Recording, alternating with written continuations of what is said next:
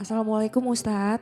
Waalaikumsalam warahmatullahi wabarakatuh. Ustadz perkenalkan saya Yuniar.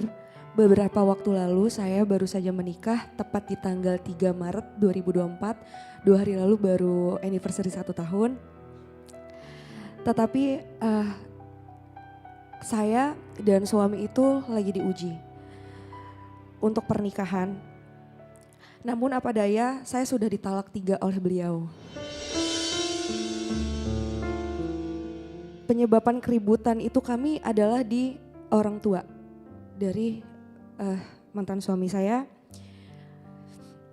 Seringkali saya membaca percakapan dia dan mamahnya seperti kayak menjelek-jelekan saya atau kayak ada salah satu yang terakhir saya baca itu mereka bersengkokol untuk menceraikan saya. Kemudian yang terakhir di bulan Desember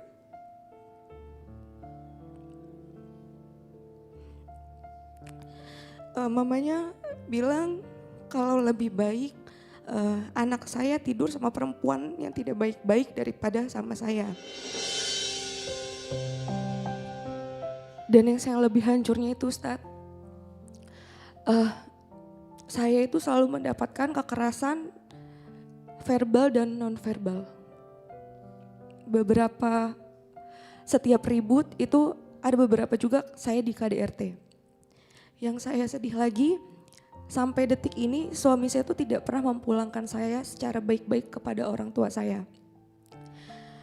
Sekarang saya lagi menjalani proses perceraian. Saya ada pertanyaan ke Ustadz, untuk rumah tangga kan harusnya yang menjadi nahkoda itu suami.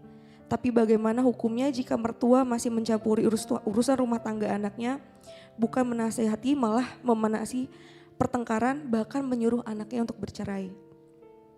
Dan satu lagi Ustadz, pertanyaan saya tuh selalu dihantui rasa sakit hati. Kayak omongan mamahnya itu yang ngebuat saya sakit. Bahkan saya tuh harus menjalani ke psikiater.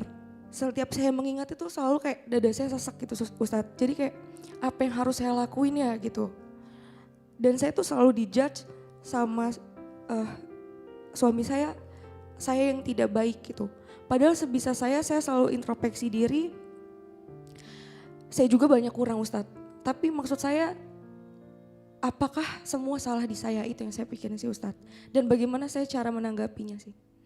Sekian, terima kasih Ustadz. Baik. Assalamualaikum.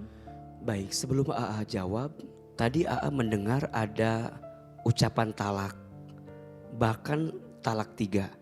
Itu langsung terucap talak 3 atau talak 1, 2, 3 atau seperti apa? Setiap saya ribut Ustadz, saya sudah sekitar ada 4 atau 5 kali ribut dalam berumah tangga setelah menikah itu. Yang besar itu setiap ribut pertama talak pertama. Kemudian ribut lagi kedua, talak kedua.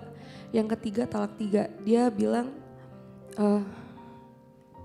lu gua talak,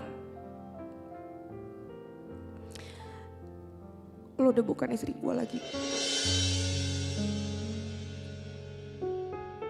Kalau AA menyimak apa yang tadi Mbak Yuniar kisahkan, ini ada campur tangan orang tua yang terlalu dominan di rumah tangga anaknya. Betul, nahkoda rumah tangga itu suami. Ar-rijalu qawwamuna 'alan nisa. Laki-laki itu, suami itu pemimpin bagi perempuan. Maka sekarang mohon maaf ya, tanpa mendiskreditkan satu pihak. Kalau di rumah tangga ada sesuatu yang itu menunjukkan persoalan di rumah tangga, kalau menurut AA, kalau ada pertanyaan siapa yang salah, tentu dua-duanya punya kans berbuat kesalahan. Tapi kalau dirujuk lebih dalam, suaminya. Karena pemimpin. Istri itu kan istilahnya dia ma'mum, dia ikut membersamai dengan suami. Suami itu imam, dan ingat, imam itu dibentuk, bukan diciptakan. Siapa yang membentuknya? Lingkungan, termasuk juga bunda sebagai pasangan, termasuk jauh sebelum itu keluarga dari pihak suami. Maka sekarang biasanya kan begini ya, biasanya istri itu biasanya berselisihnya dengan ibu dari laki-lakinya. Betul nggak? Sampai sering ada kalimat, kamu pilih siapa? Ibumu atau istrimu?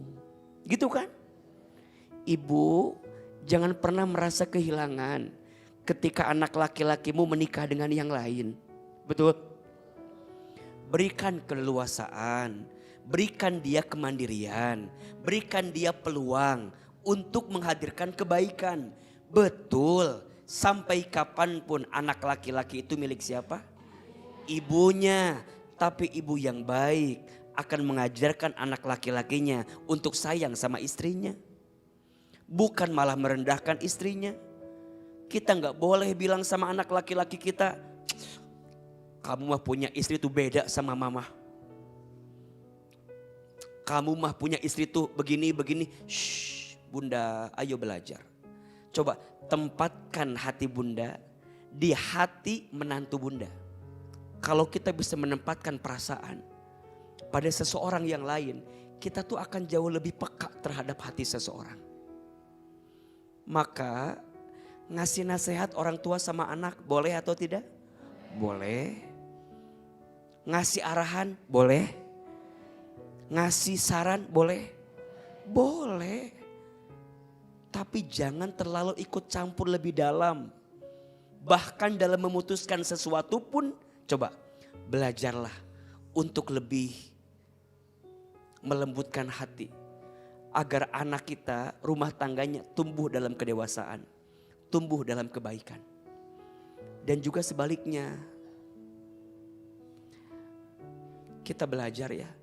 Untuk tidak terlalu sering menceritakan kekurangan pasangan kita kepada orang tua kita. Orang tua mah taunya yang baik-baiknya saja. Karena mohon maaf. Kalau saling menceritakan kekurangan, pasti sudut pandangnya berbeda-beda. Betul? Yang anak laki-laki ceritain sama orang tua tentang istrinya, pasti beda pandangannya. Yang istri ceritain kelakuan suami sama keluarganya, pasti beda cara pandangnya. Belajar. Tidak harus semua diceritakan kepada orang tua kita. Termasuk kekurangan pasangan kita. Rumah tangga itu harus saling menjaga. Rumah tangga itu harus saling memahami satu sama lain. Bayuniar, semua sudah berproses. Tidak harus ada yang disesali dalam hidup. Terus melangkah dalam kebaikan. Rumah tanggamu mungkin tidak berlangsung lama. Tapi jangan pernah bersedih hati. Karena boleh jadi Allah membuat engkau seakan sakit dengan kejadian kemarin. Bukan untuk menghancurkanmu. Tapi justru untuk menguatkanmu bahwa hidup ini harus ada ujiannya. Kalau hidup ini baik-baik saja, maka di mana kita mendapatkan pahala sabar? Betul? Selalu ada hikmah yang Allah titipkan di dalamnya. Dan ke depan belajar ya, hati-hati memilih pasangan. Hati-hati dalam menentukan jalan. Lebih baik dalam waktu dekat ini belajar sembuh dulu dari semua sakit yang pernah dirasakan. Pasti gak mudah, traumanya akan terus terbayang. Dan coba belajar lebih dalam tentang latar belakang calon pasangan kita. Ibu sayang, bunda sayang, pemirsa, kita itu menikah bukan hanya menyatukan dua hati yang saling mencintai. Tapi menikah itu menyatukan dua keluarga yang saling mengerti dan saling memahami. Bukan tentang aku mencintaimu, kamu mencintaiku, bukan. Tapi di belakang itu keluargamu nerima aku apa enggak. Terus saat kamu masuk di hidup aku, kamu nerima keluargaku atau tidak. Tapi percayalah bahwa Allah akan mengobati rasa sakit hatimu dengan kebaikan setelah ini. Fa inna ma'al usri yusra, inna ma'al usri yusra. Maka sesungguhnya bersama kesulitan akan ada kemudahan. Sesungguhnya bersama kesulitan akan ada kemudahan. Insya Allah. Mertua itu aku sih nggak tahu ya dia seperti apa yang detailnya. Cuma yang aku lihat waktu sebelum nikah itu baik. Tapi ternyata waktu hamil 1 bulan aku sempat membatalkan nikah karena apa? Ada beberapa kayak chatan juga yang aku buka di HP-nya mantan suami aku. Mereka tuh kayak di depan aku kayak sayang banget gitu. Ternyata di belakang aku beda gitu. Apa yang diomong di depan dan di belakang tuh ternyata beda. Itu sih yang ngebuat aku sempat membatalkan nikah. Aku tuh apa ya, maksudnya malu loh dengan keadaan seperti ini tuh nggak ada yang mau ya Kak, jadi janda tuh nggak ada yang mau gitu. Kalau dari kajian ini aku lebih harus belajar ikhlas. Mungkin memang ini udah qadarullah jalan seperti ini. Hidup aku nggak berakhir di sini sih yang paling penting.